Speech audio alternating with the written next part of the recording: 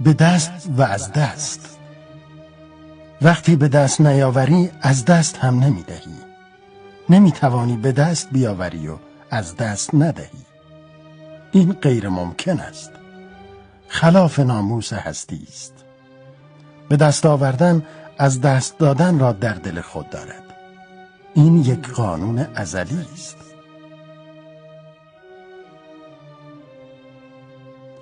برای اینکه از دست ندهی، وسوسه تملک و تصاحب را از خود دور کن.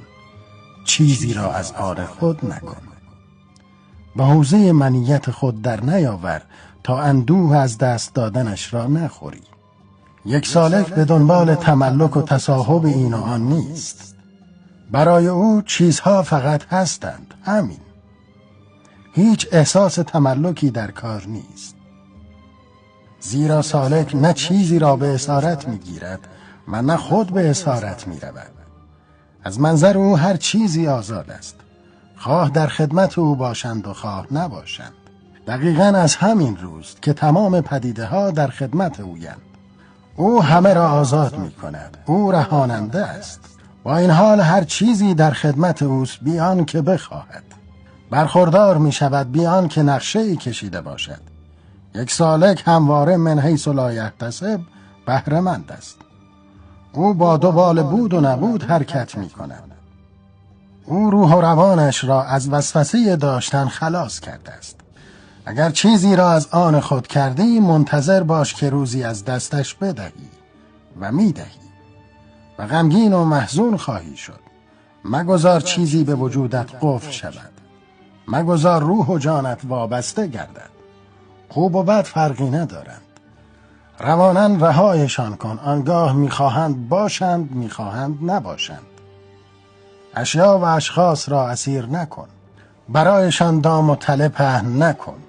مهر تملک بر آنها نزن. وابستهشان نکن. وابستهشان نشو. آزادی خدادادشان را نگیر. و آنگاه است که تمامی هستی عاشقانه در خدمت تو خواهد بود و در هر عالمی که باشی تو را یاری خواهد نمود. و این کار هستی از سر عشق است و از سر وظیفه نیست. زیرا تو با همه پدیده ها رابطه عاشقانه برقرار کردی. کاش نکته را بگیری. ای دوست، چون عشق دهی عشق خواهی گرفت. آزادی دهی آزادی خواهی گرفت. رها کنی رها خواهی شد. و چون آگاهی دهی آگاه تر شوی. این هستی بسیار هوشمند است. وقتی دست خدا در کار است، دست من و تو دگر دست نیست تا بخواهد چیزی را به دست آورد یا از دست بدهد. وقتی عمیقاً دریابی که همه چیز در دستان خداست، هر دست دیگری را جز مجازی بیش نخواهی دید. دستت را خالی کن تا خداوند همه جهانها را در آن قرار دهد. قنوت نزد من چنین معنایی دارد.